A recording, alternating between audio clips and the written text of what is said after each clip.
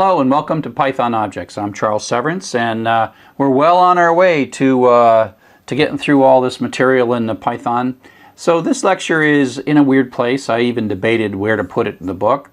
I don't really want to teach you how to write a lot of object-oriented programming, but we're going to start using objects, and I want to be able to use the terminology. And so as much as anything, this lecture is about terminology and understanding the words, things like methods and method signatures and variables and inheritance. And so think of this as a terminology lecture rather than a learn how to program or learn how to use this. It's not something you're going to figure out right away.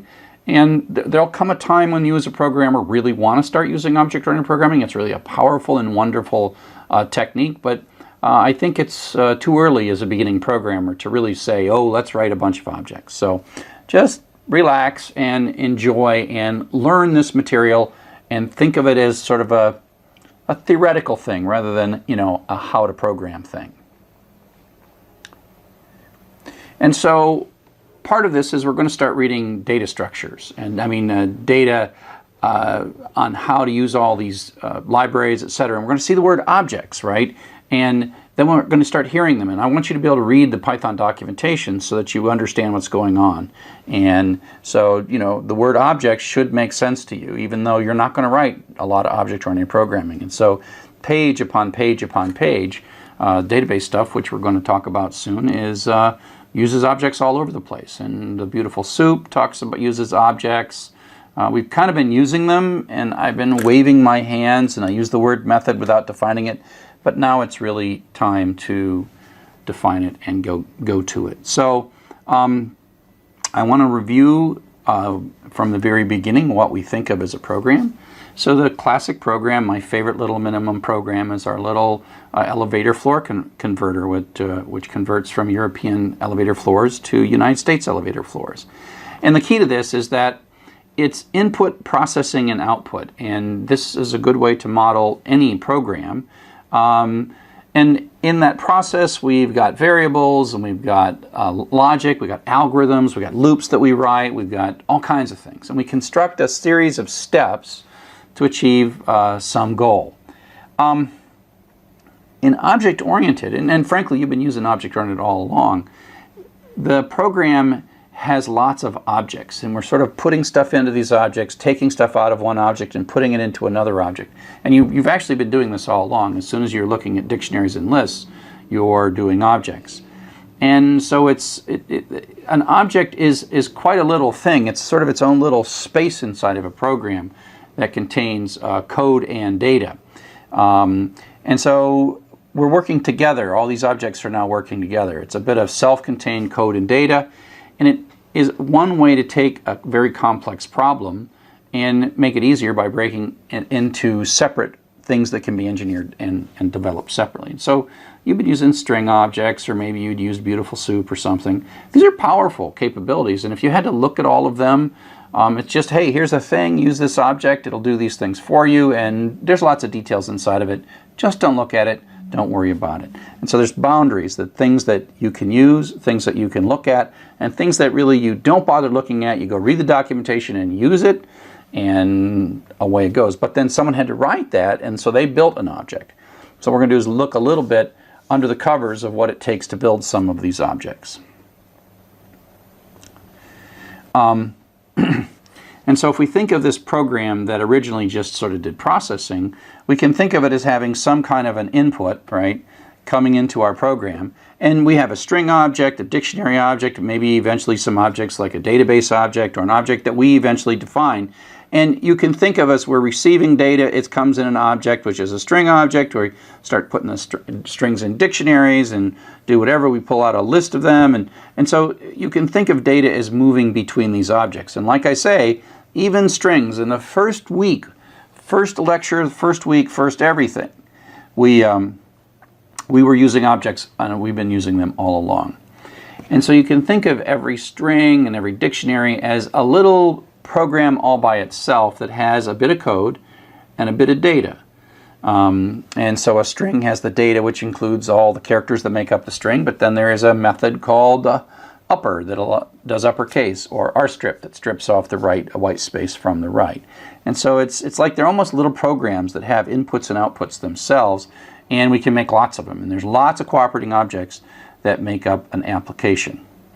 And one of the nice things about the object-oriented pattern is that they form boundaries, and within the boundary, if you're inside the object, you can say, look, I'm going to build you a string object or a database object or a beautiful soup object, and I'm going to build this capability and I'm going to give it to you in the form of an interface, and I'm not really going to care how you use it. And so we have this sort of visibility wall where I'm going to make an object and I'm going to let you use it, and the maker of the object doesn't necessarily have to know every single thing about the use of that object.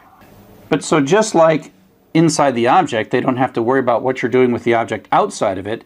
When you're outside the object, you don't have to worry about what's going on inside of it. We, as the user of the object, we talk to its interface and we get things from it and give things to it and use functionality within that object, but we don't have to look inside of this. We can just say, oh, it's a nice little magical thing. We read the documentation, we read a web page, and it told us to do this, this, and this, and away you go. And so it is sort of this isolation boundary that works both for the programmer who's writing the object and the programmer who's using the object. And so it's a very nice pattern, and so you'll see how we're going to build code and we're going to group it together, and then we're going to be using it sort of as a big blob of stuff. So some definitions in this space, words that I want you to understand. When we're going to create one of these things, one of these objects, instances, that has some data in it and some code in it, we have to be able to define the shape of this object. What code will each object have in it, and what data will each object have in it? And that's called a class. The key to a class, and this little picture that I've got up here in all these slides, is a key. The class is a template. It's not the thing itself. So it's a cookie cutter. It knows a lot about how cookies are made. And if you have cookie dough and you hit the thing, then you make as many cookies as you want. And so this nice little cookie picture is a great, mental model of how it works. The class is the template, and then the object are all of the cookies that are made from that template. But the template defines the shape and the nature of the class. So the code that we write is going of each of the objects. The code we write is the class code, and then later we say, oh, let's take that template and make ourselves an object or an instance. Now, as we're defining a class, we have two basic things that we put in the class, and there's a couple of different terminologies for this. One is method, which is code. It's like a function that lives inside of a class. Not a function that lives inside your program, but one that lives inside of a class. And so this is a scoping thing. A method is really just a function, but it lives inside the class. And then fields or attributes are data items that are in the class. And so they're variables that are defined in the class. You can define variables outside the class that you use in your program, and you've been doing that all along. But if you're saying, I'm going to build this capability, and it's going to have data inside of it and code inside of it, the code is the method or message, and field or attribute. And there are just two different sets of terminology. Method is what I'll probably use. If you look in some object-oriented patterns like Smalltalk or Apple, they often will call these messages. So you can either access a method inside of a class or an object, or you can send a message to the object. The same is true for field and attribute. It's just a chunk of data that's in the object that you may or may not have the right to access. So, like I said, a class is a template. It defines the characteristics of the objects that we're going to use to make it. It is the cookie cutter. So, dog is sort of the exemplar. Lassie is a particular dog, and so dog has fur, and dog barks, and dogs do all these things, and so we know something about dogs, but it doesn't mean we have a dog, right? The class is a more abstract concept that when it's time to get a dog, we know certain things about dogs. Instances, or objects, are once we say, oh, time to make a cookie from the template, time to get a dog, we know something about dogs. That's the creation of an object, and that we call them instances, instance of a class. So the class is it doesn't exist, but we say make me a new object using this class as its template. Oh, and now make me another one. And so we can have many, many objects from one class. So just like many cookies from one cookie cutter. Method is a bit of code that lives inside of an object. It's like a function, but it's scoped to within the object or within the class. Okay, so that kind of gets us started on some of the terminology, and we'll come back and we'll take a look at how we write code that's object-oriented.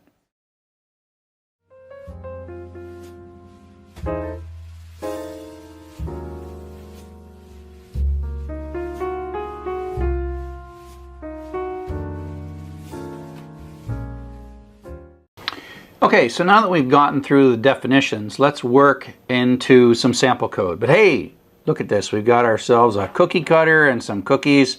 So remember that a class is a template. It's not the actual thing.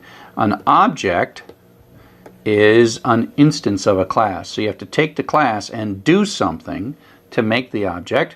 And actually you can see here's some other classes. There's clearly a sort of a snowflake class and a gingerbread man class. That's an object, object, object. Somewhere out here there is a snowflake class and a gingerbread class, but we got a snowman object and a snowman object and a snowman class. So class is the template,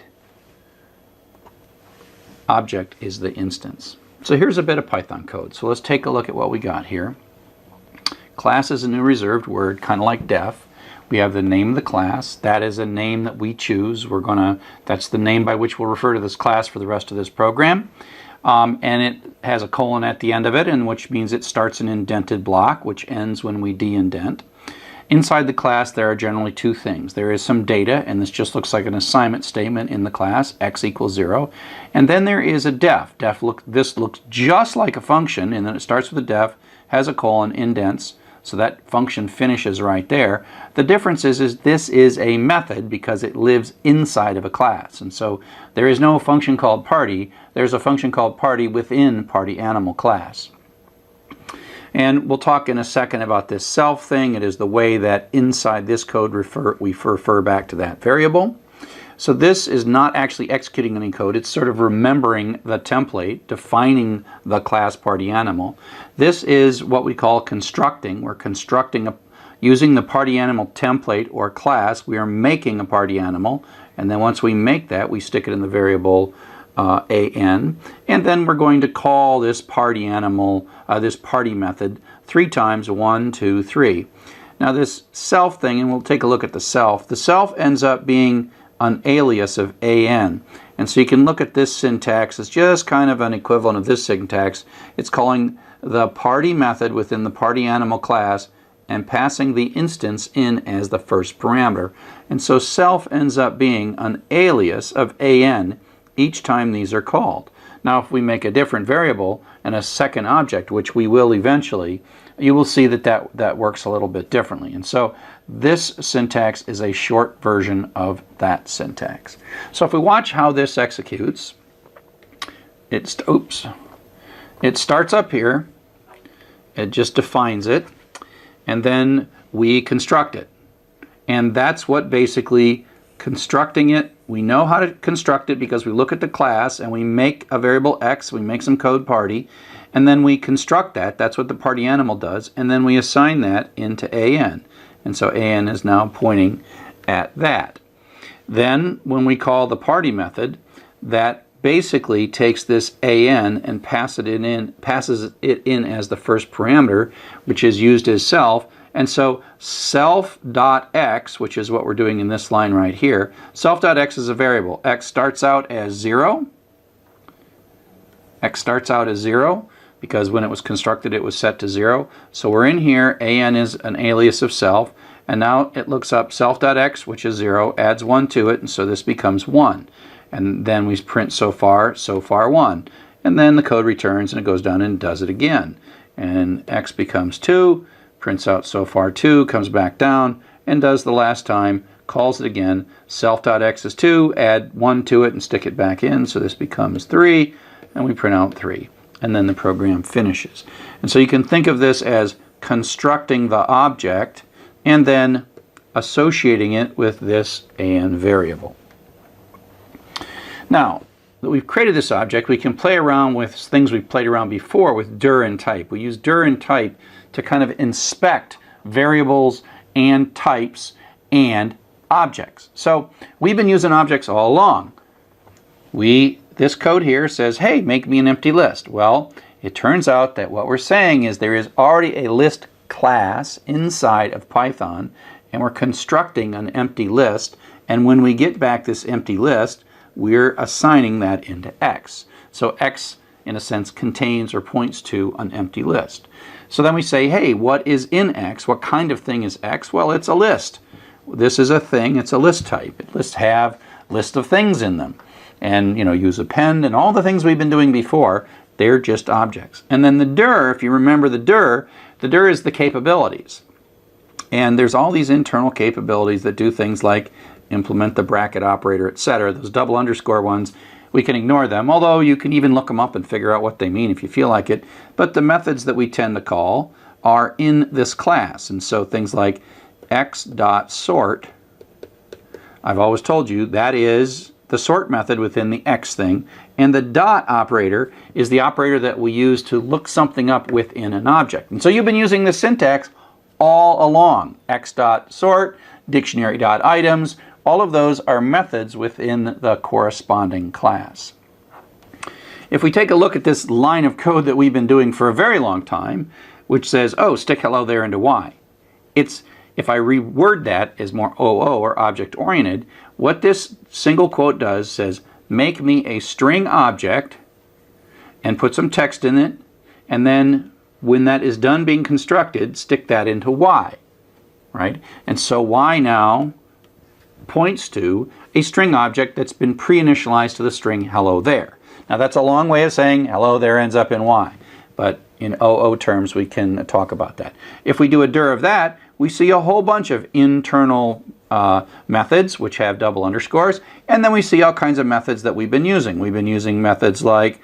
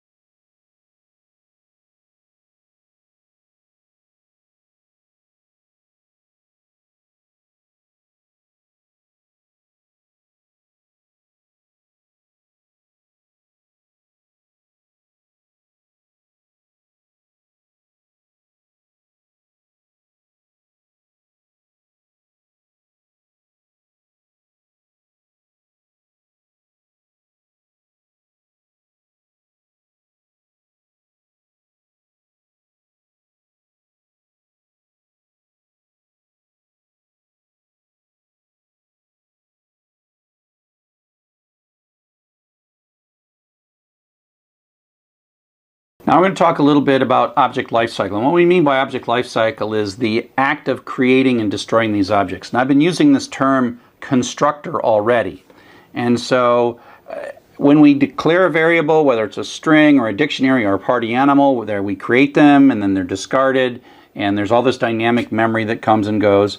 And we, as the writers of objects, have the ability to insert ourselves at the moment of object creation and at the moment of object destruction. And we make special functions that we call the constructor, the object constructor, or the class constructor, and the destructor.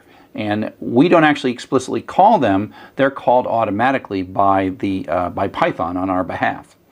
And so the constructor is much more commonly used. It's used to set up any initial values of variables if necessary, et cetera, et cetera. Destructors are, we'll cover them, but they're used very rarely. So here's a bit of code that we've got. It's our party animal, and a lot of it is the same as what we've been doing so far. So we have this variable x, and the constructor has a special name, underscore, underscore, init, underscore. Again, we pass in the instance of the object, self. And in this one, all we're going to do is print out that you're constructed. And here's this code that we've had before. And now we have underscore, underscore, del, and then we pass in self. And we'll just print out that we're being destructed and what the current value of x is for that particular instance. So let's go ahead and run this. And so again, this doesn't really do any code up to here. That just defines party animal, but this is the constructing of it.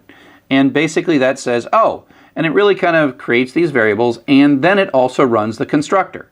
And so in this case, this line right here is causing the I am constructed message to come out. Then we do and party, and that says, 1 and 2. And here's an interesting thing. We're actually going to destroy this variable by throwing away an no longer points at that object. An is going to point to 42. So we're going to sort of overwrite an and put 42 in it. And at that point, Python's like, oh, this whole little object that I just created, somewhere it's out here, it's vaporizing it and throwing it away. And so before this line completes, it actually calls our destructor on our behalf. And so that message comes out. So we are allowed, as the builder of these objects, to add these little chunks of code that says, I want to be involved at the moment this object is created, and I want to be involved at the moment that this object is destroyed.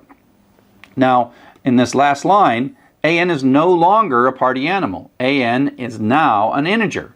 It's got a 42 in it. It's gone. It's been created, it was used, and then it was destroyed. Okay? So you got to be careful. If you overwrite something, you can sort of throw the object away. So the constructor is a special block of code that's called when the object is created to set the object up. So we can create lots of instances. Everything we've done so far is we make a class and then we create one instance, one object.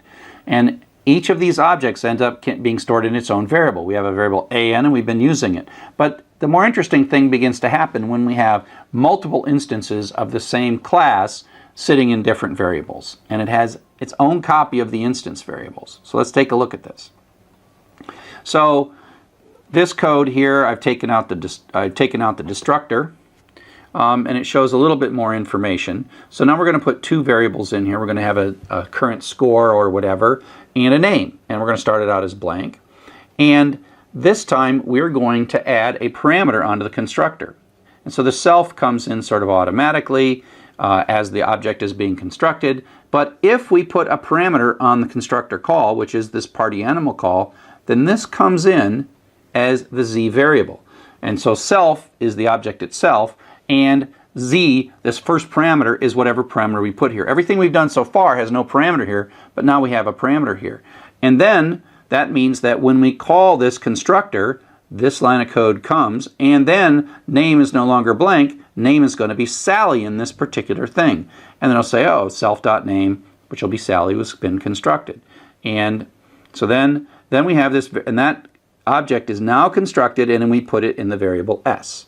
And then we call the party method on that, and we construct a different one. And so this time it calls, and z is Jim, and we basically have a, another copy of this. And so this is how it's going to look, right? As it runs down here,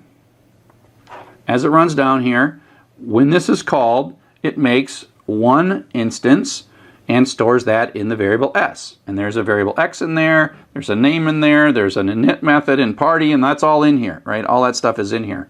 And now we say, let's make, and that's going to have a Sally in there.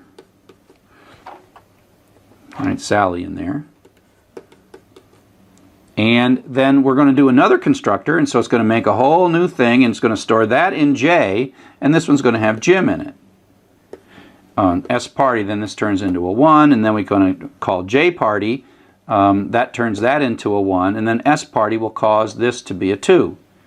Okay, and so what happens is we have now two objects, one in the variable s and one in the variable j, and they have separate copies of their instance variables. These are the instance variables or the object fields or whatever, but they're the variables. But the key is that every time we do a new construction, it duplicates this, and there's another copy of it. So there's an x within s. So s dot x is this variable, and j dot x is that variable. Okay?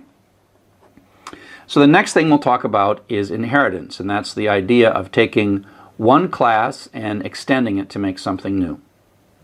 So the last topic we'll talk about here in object orientation is the notion of inheritance. And this is a form of code reuse, and it's one of the more advanced aspects of object-oriented programming. So just kind of understand what it is at a high level, and then you know where to come back to when you need to learn a bit more about inheritance. So the idea is, instead of making a new class from scratch, we actually make a new class by starting with an existing class. We are extending it, or another word for this is subclassing. And it's sort of a situation where you're like, I've got this code and I've got this data, and I just need to add a few things to it, and then I'll have a whole new thing. And as you design objects and what we call object hierarchies, you often do this, and it's a form of sort of real clever code reuse. But again, don't necessarily think that you're supposed to know when to use this or why to use this. Right now, it's just terminology, okay? Just terminology. We have what call these as parent-child relationships. The original class is called a parent, and the new class is called the child class. So subclasses are another word for this. You have a class and then you subclass it.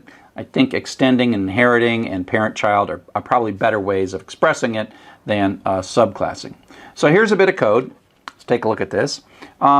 This code's unchanged. It's the party animal code that we've been saying all along. It's the one that we construct and put a name in.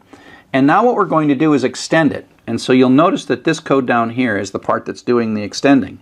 So we're making a new class, football fan, and by putting in parentheses before the colon, party animal, that says football fan inherits everything that is party animal, meaning the X, the name, the init, the party, all those methods and data are sitting there, and now we're going to add a new variable. So football fan has, in addition to all those other variables, it has points, and it has a touchdown method.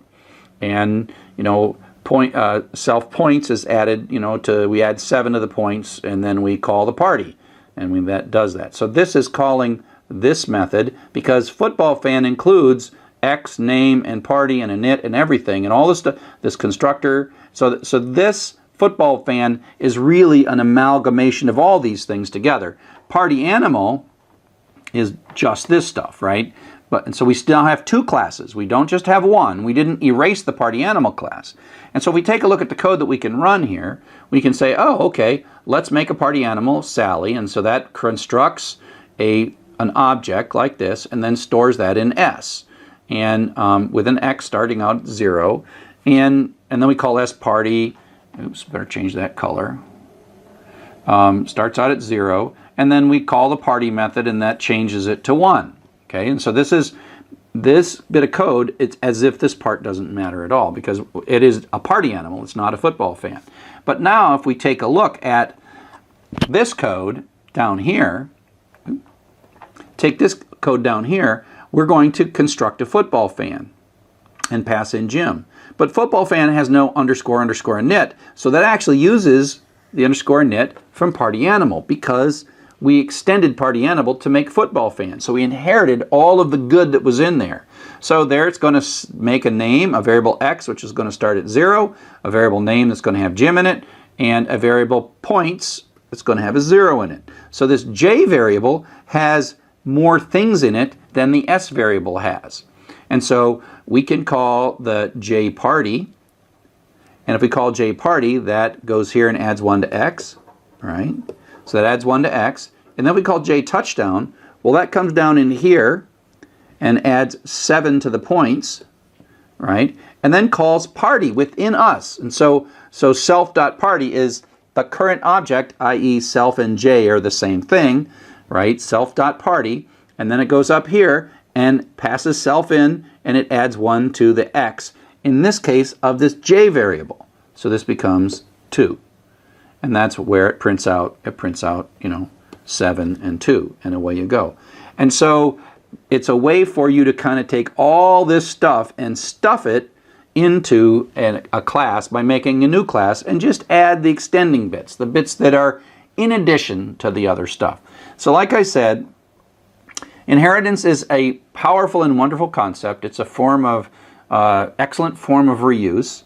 But basically, the whole purpose of this lecture was so that I could in the future just use these words and you would understand them, as compared to, I just want to say method. And I've been saying method all along, and it's high time that I defined it.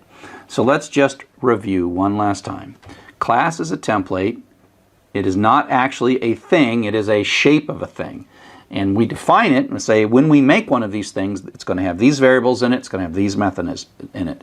Attributes, variables within a class. Method is a function that's inside of a class.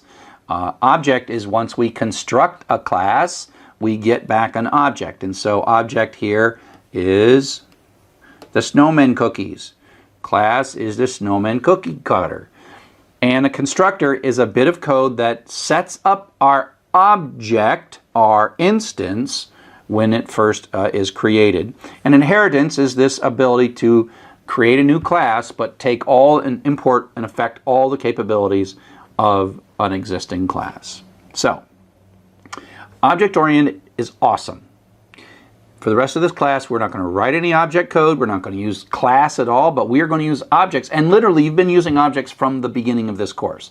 As soon as you said print, whoops, as soon as you said, x equals high, that's an object. And as soon as you said x.upper, you were calling a method, right? You've been calling a method all along. When you're doing something like fh equals open, this thing you're getting back, that's an object. And then you do fh.read or whatever. You're calling a method in the dot operator. So you've been using objects all along. I now am just finally explaining to you when I say call the read method or call the upper method or what's this little dot and why is that there? So again, it's time for us to understand that, but it will take you a long time before you encounter a problem that's large enough where as part of your solution, you're going to make a new object. But when you do, it's really a powerful thing. I mean, it's a really bad idea for me as a teacher to say, oh, write a bunch of objects. It's like, it's premature for that. It's later is when you will actually learn how to use objects and you'll be like, oh, thank heaven that these objects are here. Okay? So, that's all for now. Thanks for listening. See you on the net.